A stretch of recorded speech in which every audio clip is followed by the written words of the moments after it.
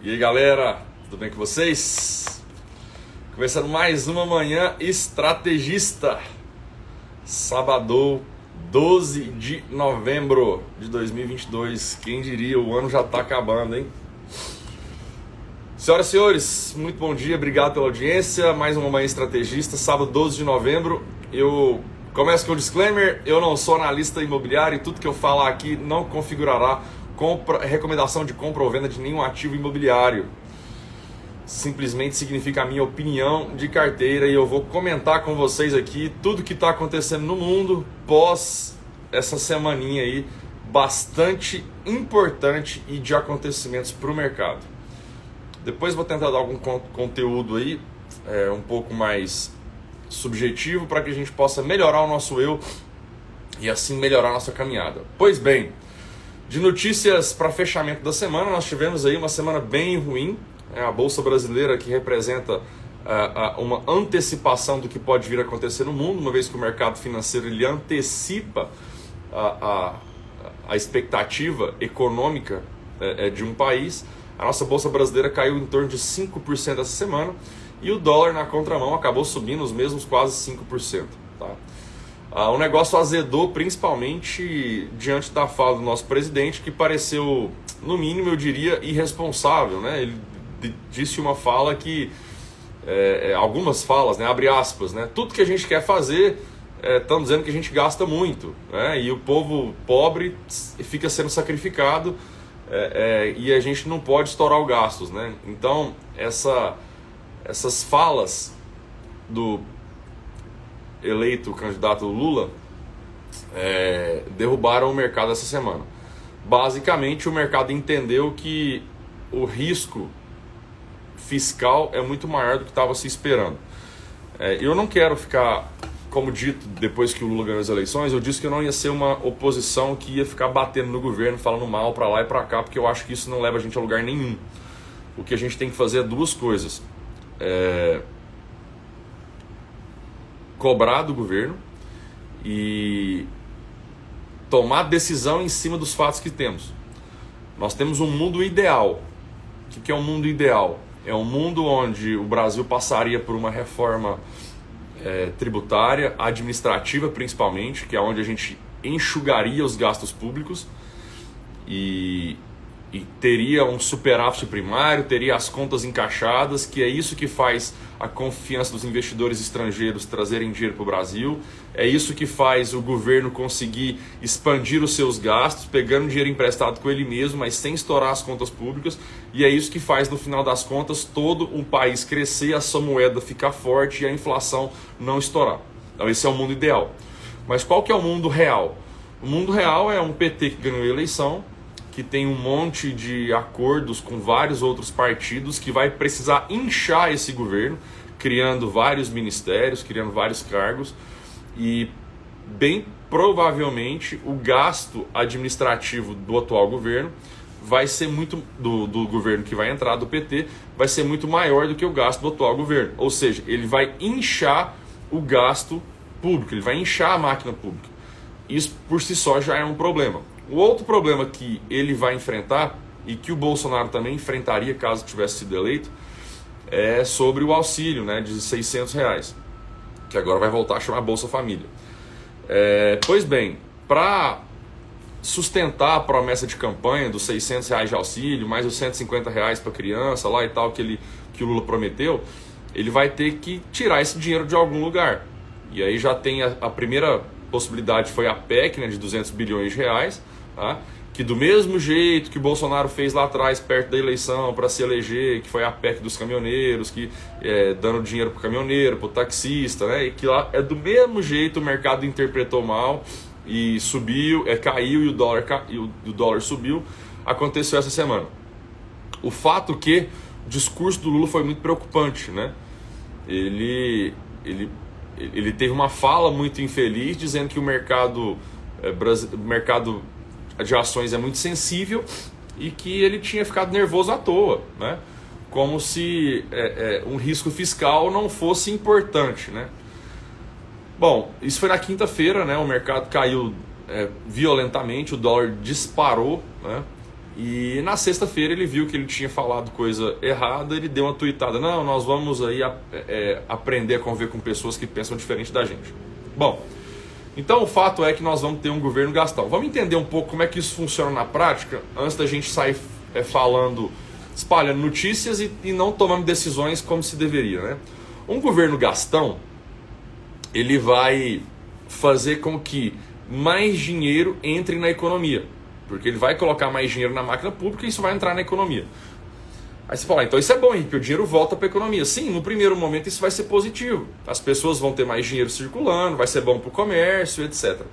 Entretanto, esse excesso de dinheiro na economia vai continuar ou vai voltar a pressionar os preços. Conclusão: vai estourar a inflação. Se estoura a inflação, se a inflação começa a subir, as pessoas vão perdendo poder de compra, né?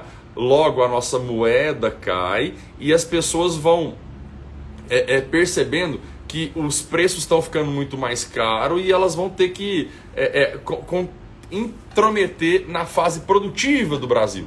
Porque se os preços estão ficando mais caros, as empresas começam a vender menos, porque as pessoas estão ficando com menos poder de compra. Se as empresas começam a vender menos, elas começam a ficar com muita coisa parada em estoque. Se ela tem um estoque alto, ela tem que diminuir a capacidade produtiva dela. Para fazer isso, ela vai mandar embora todos os empregados, teoricamente, que produzem. Ou seja, se a inflação estourar, lá na ponta, há uma queda da economia. Pessoas são mandadas embora, o desemprego aumenta, entramos em recessão. Quando entramos em recessão, quem que paga a conta no final das contas? A pessoa na ponta da cadeia da produtividade, ou seja, ela perde o emprego, e as pessoas que continuam empregadas perdem o poder de compra porque a inflação estourou. Aí é o pior momento, a inflação sobe e o desemprego acontece, ou seja, a recessão acontece também. Então, no pior cenário, esse seria o caminho, tá? Agora, eu acredito, e de novo aqui a minha torcida, eu sou brasileiro e não vim aqui para ficar falando mal do Lula, do PT. Eu estou trazendo a consequência de um governo gastão. Então eu acredito que esse seria o mundo real, né, do PT. Eu acredito que existe um holofote muito grande sobre o governo, existe um holofote muito grande,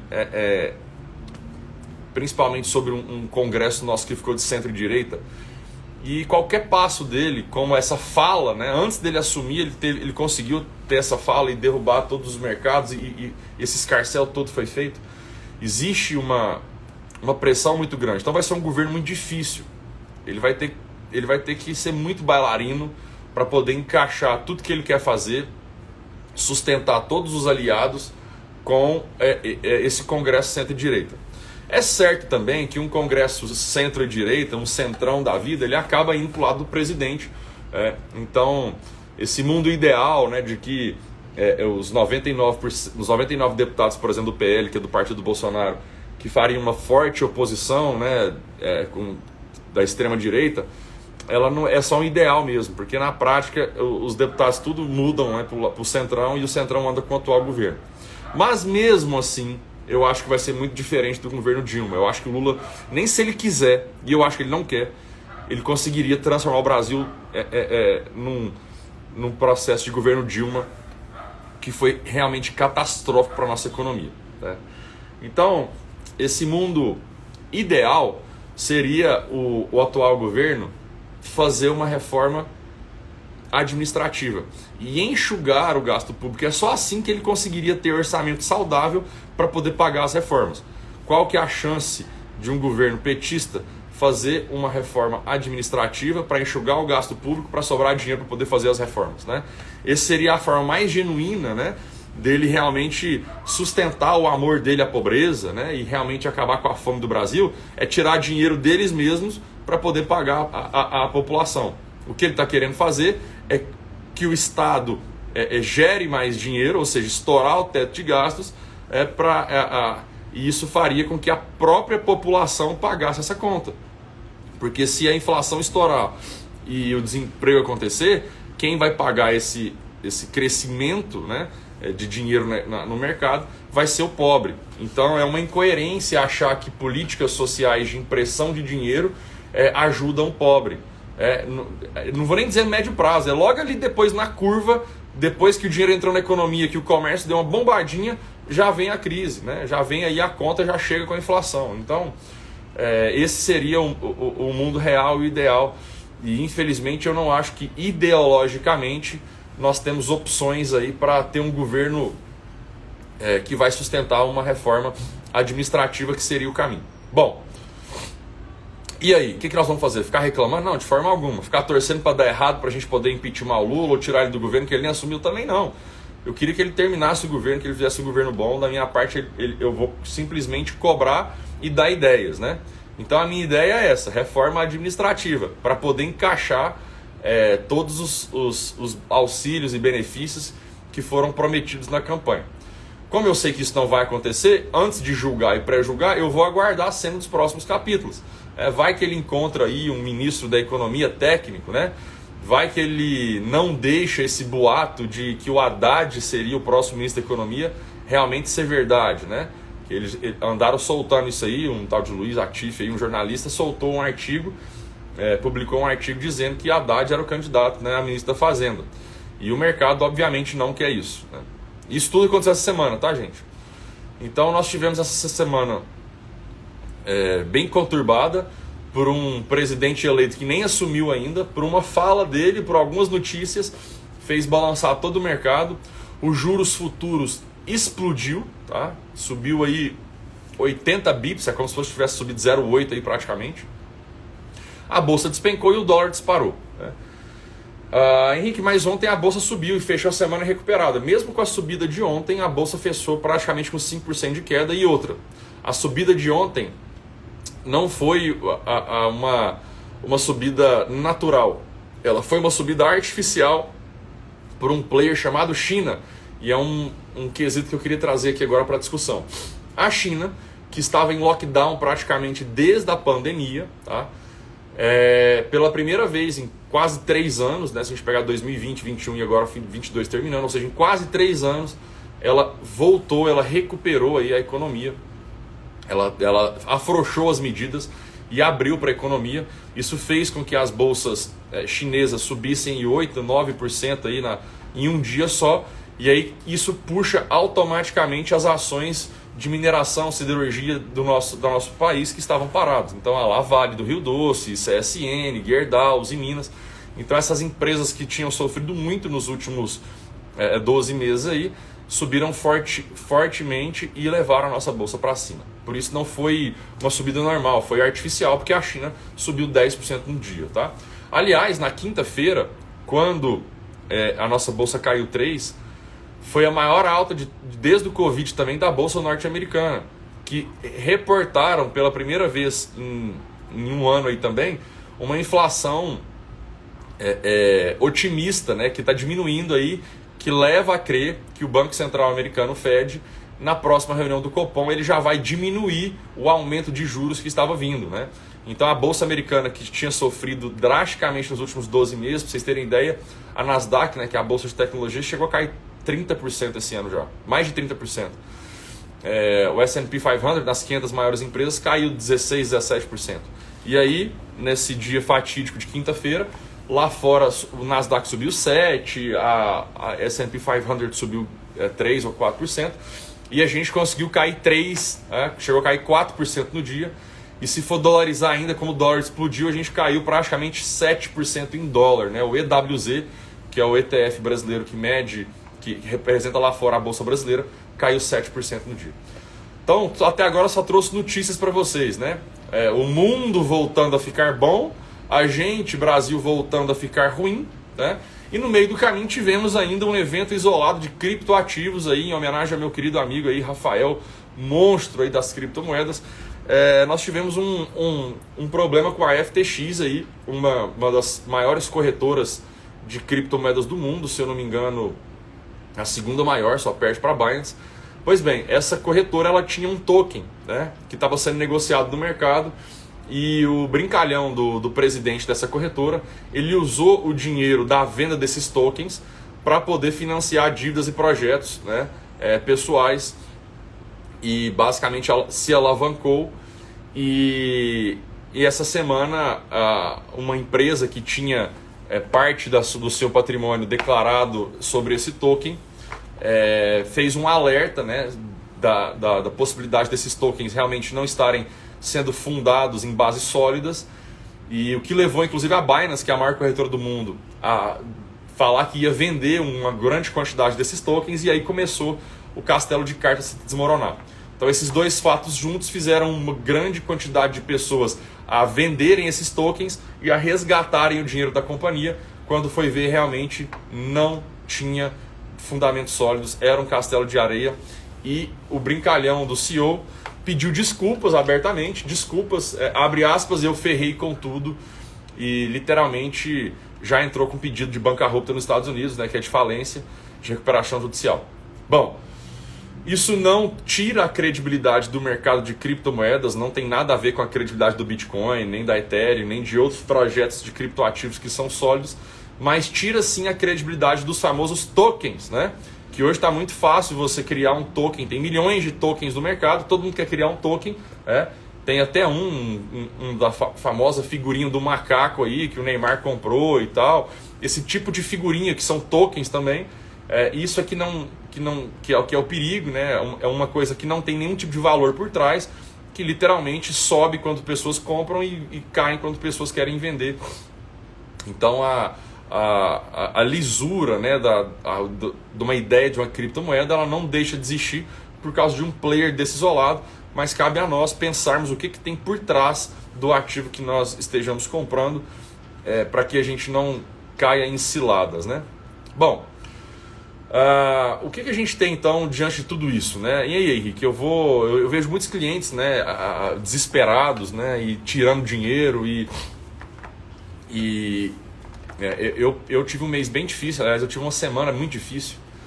Praticamente aí eu levei muito resgate, né? Eu tive muita evasão de clientes, por dois motivos. Primeiro, porque depois da eleição, muitas pessoas que iriam fazer negócios desfizeram negócios, e as pessoas que iam vender apartamentos, as pessoas que iam concretizar o negócio, o comprador, com a eleição do Lula, recuou, né? E aí, como já houve essa desaceleração, os clientes vão procurar dinheiro onde tem liquidez. E no nosso ecossistema, nós temos muitos produtos que têm liquidez rápida. Aliás, eu não gosto de deixar travado o dinheiro de nenhum dos clientes. Então, por essa qualidade, né, que nós temos de ter um alto poder de liquidez, o que nós vimos os últimos dias, semanas e esse mês aí, foi uma evasão muito grande, mas não porque o cliente desistiu da nossa tese, sim porque ele estava precisando de socorrer a empresa dele, a vida financeira dele, e o único ecossistema que ele encontrou que tinha uma liquidez e que os investimentos dele estavam dando lucro, graças a Deus, foi o nosso. Mas infelizmente isso é ruim para mim, isso é ruim para o nosso ecossistema, que obviamente levou aí um resgate gigantesco. Aí eu tive muitos clientes que falaram: Henrique, eu vou ter que tirar o dinheiro dos investimentos que eu aprendi com o ecossistema, porque os meus outros negócios já começaram a pipinar. Então é muito triste isso, eu acabo que estou pagando a conta indireta de uma economia que já fica aí com o pé atrás, com receio, porque outros negócios foram travados aí. E eu tive uma parcela também que pediu resgate por puro desespero mesmo, né, do Lula ter sido eleito. Né? Como eu disse, eu não trabalho com desespero, eu tenho... As empresas que eu tenho comprado na minha carteira, no nosso ecossistema, são empresas boas, são empresas sólidas, são empresas que têm dinheiro em caixa, tá? Agora, obviamente, são empresas que não vão crescer se o mercado não tiver uma confiança e se principalmente não tiver fluxo estrangeiro, tá? Então, apesar de saber disso e desse governo que eventualmente vai ser um governo gastão e que vai abalar a confiança do investidor estrangeiro, como abalou na quinta-feira, que foi uma fuga de capital bilionária para fora, por eu ter comprado essas ações na mínima histórica delas, empresas que caíram 80%, 90%, né? Eu ainda continuo comprado nessas empresas que depois que eu comprei elas caíram mais, mas ainda assim estão sendo negociadas praticamente de graça. E eu aprendi uma coisa na minha vida, duas coisas na verdade. A primeira delas é que o mercado é cíclico. Hora tá ruim, hora tá bom, né? E a segunda coisa é que quando as coisas estão óbvias demais, eu fico ressabiado. O mercado financeiro, para ele entrar em colapso, por exemplo, ele tem que estar num momento de euforia, ele tem que estar num momento de notícias boas, ele tem que pegar a turma desapercebido. Não tem ninguém desapercebido com o risco político que a gente está enfrentando e com as notícias ruins que estão no mundo. Então eu acho muito pouco provável vir um colapso, né, a ponto de a lá Covid, por exemplo, ou a lá 2008, ali, a quebra do Banco Lehman Brothers no Brasil. Eu acho que seria muito seria muito surpreendente se tivesse uma queda muito grande de ações nesse atual momento, visto que nada do que está acontecendo no mundo é surpresa, né? O mercado financeiro, como dito anteriormente, ele precifica as coisas de maneira antecipada. Então, na minha visão, o risco político do Lula, ele já está aí. A Bolsa Brasileira já era a mais barata do mundo, né, em termos de múltiplos. O que é o múltiplos? É a quantidade de dinheiro que uma empresa lucra no ano, dividido pelo valor que do preço da ação. Então, normalmente, uma empresa brasileira negocia a 12, 11 vezes aí o lucro dela, esse múltiplo, né? E está negociando agora a 6, a 7, a 5 de média. Se a gente pegar a Petrobras, por exemplo, está negociada a menos de 2. Olha que absurdo, você investe na Petrobras hoje, daqui 2 anos você tem 100% do seu dinheiro de volta. Isso assim, é a ação mais barata do mundo, talvez. Da mesma forma, o Banco do Brasil, você investe hoje, daqui menos de 4 anos, você recebe seu dinheiro de volta inteiro só em dividendos. Eu fiz um estudo no Banco do Brasil especificamente. O Banco do Brasil hoje, ele lucra o mesmo tanto do Itaú, em torno de 8 bilhões por trimestre, tá? Só que o Banco Itaú vale 270 bilhões e o Banco do Brasil vale 100 bilhões. Menos da metade. Bem menos da metade, né? Como é que explica um negócio desse, né? 2 bancões, um vale menos da metade do outro, né? Ou seja, claro que explica-se isso ao risco fiscal, né? Mas na minha cabeça fica a seguinte pergunta para concluir o raciocínio, para não ficar muito amplo. Primeiro, a Bolsa Brasileira já está muito barata, já está precificado o risco PT. Já estava, na verdade, né? E segundo, será que o Lula vai conseguir repetir os mesmos erros da Dilma e conseguiria piorar mais ainda o Brasil? E terceiro, na verdade, será que os tubarões não estão comprando tudo no seu desespero? Esses ativos que estão de graça, e daqui a pouco o Lula, de repente, que ameaçou colocar o Haddad na economia, ele vem com um nome técnico aí, e o mercado dispara, e a gente tem um Congresso centro-direita que começa a literalmente não deixar as propostas, as PECs kamikazes da vida, né, a passarem, e literalmente conseguem segurar o Brasil para não ir para um caminho de desenquadramento fiscal. Se isso acontecer, não está muito difícil, né, a gente tem um Congresso de fato centro-direita, né? Eu tava vendo uma reportagem antes de ontem do Marcel Van Hatten, né, um puta deputado federal do Rio Grande do Sul, do Partido Novo, que nunca se corrompeu, sempre fez bancada, sempre fez oposição construtiva, da mesma forma que o Bolsonaro estava no governo, quando ele foi aprovar lá a PEC dos caminhoneiros no final do ano passado, que ia sim prejudicar a inflação no Brasil, que poderia trazer risco sim pressionaria a inflação, ele foi contra, enfim, um cara que faz oposição inteligente, né, um partido que abre mão do fundão eleitoral, ou seja, um cara que tem meu respeito. Ele falou que vai fazer oposição e que, se depender dele e de vários outros que ele já conversou, que não tem propostas para inchar o gasto do governo, né?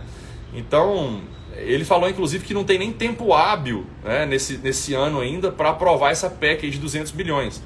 Que tem que ser aprovado por maioria do Congresso, tem que ser aprovado por maioria do Senado, tem que se criar uma comissão especial. E assim, vamos lá, eu tô querendo acreditar que as nossas instituições, que o Congresso e o Senado, diferente do STF, são instituições confiáveis, né? E que a gente, por ter um recorde de deputados e senadores de centro-direita, que a gente conseguiria travar, né, o presidente, para que, mesmo pressionado pelo partido e querendo fazer loucura no governo, que isso não fosse possível. Então esse é a minha torcida pessoal, e hoje eu diria que está 50-50 para isso acontecer, tá? Tem também uma coisa que eu estou me apoiando, que é a lei das estatais. Não existia isso antes do Temer. O Temer, se não me engano, o Temer promulgou isso em 2016, que obriga hoje uma empresa estatal a colocar pessoas técnicas diante dos quadros de administração da empresa. E de novo, né, confiando no nosso legislativo, né, eu continuo otimista para o Brasil. Eu não quero ir para esse lado do desespero. Eu não quero ir para o lado de tirar o dinheiro todo do Brasil e colocar lá fora, embora eu estou indo para Miami essa semana agora, para justamente já aprimorar o caminho de internacionalização do nosso dinheiro. Isso não é porque o Lula foi eleito, isso já era um desejo meu do passado, eu já tinha começado esse processo, e agora o que eu faço é simplesmente intensificar um pouco mais, mas nunca seria a totalidade do meu patrimônio. Nós temos ainda a taxa de juros real do mundo. Nós temos uma taxa Selic de 13,75 contra uma inflação que, apesar de ter vindo agora um pouquinho positiva nesse mês, pela primeira vez em 4 meses ela veio positiva, estava tendo uma deflação e agora tem inflação novamente, a gente ainda tem o maior juros real do mundo. O que é o juros real? É quando você pega a taxa Selic, tira a inflação, ainda sobra ali 6, 7%. Então, gente, tá muito fácil da nossa bolsa subir. É só o Lula não colocar um político no Ministério da Economia. É só o nosso Congresso travar qualquer projeto que vai imprimir muito dinheiro de forma descontrolada, tá? E não tem muito lugar hoje no mundo para o investidor colocar dinheiro. Visto que os Estados Unidos, com essa notícia da semana, vai começar, aparentemente começou a controlar a inflação, logo eles vão começar a descer os juros lá. Se eles dessem os juros lá, as pessoas começam a mandar dólar para outras partes. E aí tem uma parte que tem que ir para o mercado emergente. E aí, de novo, eu falei isso em algumas lives passadas. Quem são os mercados emergentes? Brasil, Rússia, China, Índia, África do Sul, Turquia. Desses países que eu falei, o Brasil é a melhor opção disparado. A Índia, na verdade, tem uma segurança jurídica talvez melhor do que a nossa, mas a bolsa lá especificamente está caríssima. Eles não têm um juros real tão atrativo como o nosso. A África do Sul é um mercado muito pequeno. Turquia, como é que você põe dinheiro na Turquia? O brincalhão do presidente lá com a taxa de juros explodindo com 60% ao ano, ele está descendo os juros. Como é que você põe dinheiro na Rússia? A Rússia saiu do mapa. Como é que você põe dinheiro na China, maluca, né? Então sobrou Brasil e México praticamente, né? Ou seja, e outra, tem investimentos que vão entrar no Brasil, isso não tem jeito nem do Lula impedir, né? Foram privatizados empresas aqui e de sinal as empresas colocaram aí 190 bilhões de reais, né? Na economia. De sinal, nos próximos anos vão entrar quase 1 trilhão de reais, né, nos próximos 10 anos. Então, já tem dinheiro que vai entrar aqui. Esse Congresso de centro-direita realmente ele me dá um escudo, tá? E pelo tamanho da polarização do país, pelo tamanho de holofote, o tamanho de gente que está vigiando o Lula, só nessa semana ele ter falado uma coisa, como é que o mercado se comportou, né? Eu acho que vai ser muito difícil dele aprovar coisas malucas, né? Então, por outro lado, ideologicamente, eu não vejo o PT fazendo uma reforma administrativa, enxugando os gastos públicos. E na minha cabeça, esse é o único caminho de se colocar o Brasil numa rota de crescimento, que era basicamente o que o governo passado tentou fazer, né? Tirando essa última aprovação da PEC dos caminhoneiros aí, que de certa forma ele conseguiu controlar esse orçamento, congelando o próprio reajuste dos salários do funcionalismo público, ou seja, teoricamente ele não estourou muito o teto, mas estourou sim, mas ele conseguiu controlar a inflação e conseguiu controlar as contas. Então, de certa forma, houve sim um enxugamento de gasto público no governo passado, e eu acho que esse era o caminho, né? É o caminho que a gente colocou o nosso navio, né? A proa do Brasil na direção certa, né? E eu quero acreditar que o Lula não vai conseguir tirar o Brasil desse caminho nesses 4 anos que ele vai governar. E para a gente ficar mais otimista ainda, né? A ministra lá da Inglaterra, ela não durou 45 dias no governo com um discurso de aumentar o gasto público. Caiu em 45 dias, ela e toda a linha do governo dela. Então, nós temos que aguardar a cena dos próximos capítulos. O governo continua sendo do Bolsonaro, o Lula não assumiu ainda. Ele vai ter que sim que entregar rapidamente aí os nomes que vão compor a economia. Vamos torcer para que ele coloque alguém técnico na fazenda, para que realmente não venha o Haddad. Eu, para te falar a verdade, acho o Haddad muito bem preparado, apesar de não acreditar em nada de ideologia de socialismo e comunismo, né? E nunca que eu gostaria de ter o Haddad à frente de nenhum tipo de projeto do governo. Mas já que está aí, ele vai ser eleito, tomara que o Lula coloque ele para a educação, que de fato ele é um professor, tem uma formação, você vê que ele tem uma oratória boa, né? Os debates que ele teve com o Tarcísio aqui, eu assisti todos, ele é muito bom, preparado tecnicamente para falar, tem coerência o argumento que ele fala, e eu acho que ele, na educação, não faria o estrago que ele faria na economia, né? É lamentável a gente pensar que a gente vai sair de um Guedes e vai entrar para um Haddad, né? Então, essa é uma torcida, né? Aguardemos cena dos próximos capítulos. E eu acho o seguinte, o mercado já precificou esse risco de Haddad na quinta-feira, já precificou uma aprovação de uma PEC de 200 bilhões aí da transição do governo, e o mercado já está muito barato. Eu acho que tem que piorar muito para que o mercado caia mais, tá? Eu acho que a reunião do Copom próxima nossa é dia 7 de dezembro, se eu não me engano, a quarta-feira, que vai definir a última reunião do ano do Copom, que vai definir a nossa taxa de juros. Se vier uma alta de juros, esse mercado pode cair mais, mas se vier um juros repetido ali de 13,75, aí eu acho que o mercado até lá vai ter mais informações, e eu acho que a gente caminha aí para um início de queda de juros no ano que vem. Tudo vai depender da cena dos próximos capítulos, tá? Bom, se você realmente acha que o governo atual, o Lula, né, o PT, ele vai conseguir aprovar muitas PECs, que ele vai conseguir corromper o Centrão para aprovar coisas absurdas, e aí realmente você deveria ficar de fora do mercado de ações, porque vai balançar pra caramba, tá? Mas se você já entendeu, assim como eu, que tem empresas muito, muito, muito baratas, que estão aí bem mais baratas que no Covid, que tem dinheiro em caixa, que não tem dívida, que podem sim passar por um momento de turbulência, né, eventualmente diferente dos anos anteriores, onde quando o PIB aqui estava crescendo negativamente, né, o mundo lá fora estava bom, a China estava bombando, e aí levava nossas exportações para cima.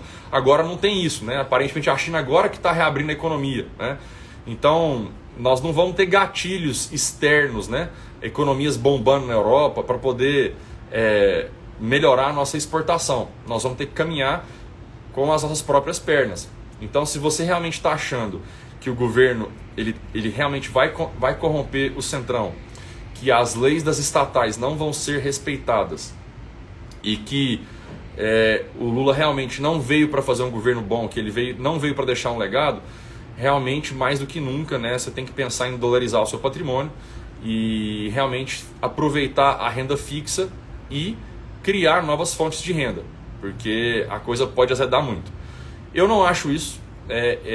Além de ser uma torcida, obviamente, eu quero que o governo dê certo, eu quero que o Lula termine o governo dele, eu quero que o Brasil dê certo, tá? Igual eu falei para vocês, eu sugiro que assim vocês o façam. Não vamos fazer uma oposição que fica reclamando, tá? Nós vamos fazer uma oposição que tenta achar caminhos, tá? Hoje, o único caminho que eu vejo para o Brasil dar certo e crescer e dar um show, como estava no caminho certo, é uma reforma administrativa, tá? Que eu não vejo, infelizmente, esse governo tentando fazer. Mas de repente surgem outras ideias, e é sobre ideias que eu quero conversar e debater nos próximos encontros e próximos acontecimentos. De toda forma, o nosso ecossistema ainda tem uma gordura, né? Nós estamos performando aí CDI mais 5 esse ano, tá? Esse mês já caímos 1% da nossa... A gente estava subindo 16, 17% no ano, que era CDI mais 6 praticamente, e agora a gente está já com CDI mais 4,5%, praticamente aí já caímos 1,5% da nossa gordura, né? Eu já reformulei, fiz algumas mudanças de ações no ecossistema, mas ainda não saí fora. Continuo comprado em empresas que estão de graça, né? Eu tenho uma dificuldade muito grande de vender uma empresa que está de graça, né? Com dinheiro em caixa, sem dívida, só porque o Lula ganhou a eleição, né? Então, talvez isso seja um defeito, né? Tomara eu que não seja, tomara eu que eu não volte aqui mais nos próximos meses e falo, galera, eu estava errado, realmente o PT foi muito mais desastroso para o mercado do que a gente poderia prever e eu deveria ter saído fora das ações quando o Lula foi eleito e eu tive a oportunidade e não fiz, né? Então, eu não estou indo para essa linha, estou indo para a linha de fazer uma oposição inteligente, de sugestões, fazendo nossa parte, indo para os Estados Unidos semana que vem para descobrir como dolarizar parte do patrimônio, não vou mandar tudo, né? A gente tem um juros real muito interessante ainda. E sigo buscando conhecimento, evoluindo, não vou parar um segundo do meu dia para falar mal de governo e ficar preso em coisas que não vão me fazer prosperar. E essa é a mensagem que eu queria trazer hoje, né? Que você seja parte da solução e não do problema. Nada contra você arrumar um problema, você tem que ter a solução para ele também. E nós temos a solução para os investimentos, que é a diversificação, tá? E é uma diversificação inteligente, sabendo o que está por trás de cada ativo que a gente compra. Inclusive, eu citei aqui mais cedo os criptoativos, né? Eu dobrei minha posição em criptoativos, né? Eu tinha 1% do patrimônio em criptoativos, agora eu tenho 2% do patrimônio em criptoativos. Na verdade, tem até mais um pouco de 2%, está quase 3%. Então, na verdade, eu tripliquei a posição de criptoativos do patrimônio. Então, é uma posição relativamente pequena, né? Mas eu acho que o criptoativo, também por ser dolarizado, né, é uma forma de proteger minimamente aí contra o dólar. Claro que eu entro num risco de oscilação de moedas, mas obviamente comprei as criptomoedas num patamar muito interessante de preço comparado aos últimos 12 meses. Ainda pode cair mais? Pode. É um mercado que não tem economia real, simplesmente é uma moeda, né? Mas eu achei interessante, oportuno, nesse momento, por todos os acontecimentos, aumentar um pouco a exposição de criptomoedas do patrimônio. Então esse tipo de decisão é que a gente toma no nosso dia a dia, pegando informações disponíveis no mercado e traduzindo isso em decisões e simplesmente não ficar reclamando da vida, o que não vai te levar a lugar nenhum. Beleza? Vamos curtir nosso sábado, sabadão, com muita alegria, com muito sol, vitamina D, dá um beijo na sua família aí, vamos aproveitar bastante. Se alguém tiver alguma pergunta e quiser fazer, estou à disposição. Se quiser fazer no meu direct também pessoal, podem ficar à vontade. Estou sempre à disposição para servi-los. Muito obrigado mais uma vez pelo carinho, pela audiência. Estou vendo muitas pessoas queridas aqui acenando para nós. Um beijo grande. Fiquem todos com Deus.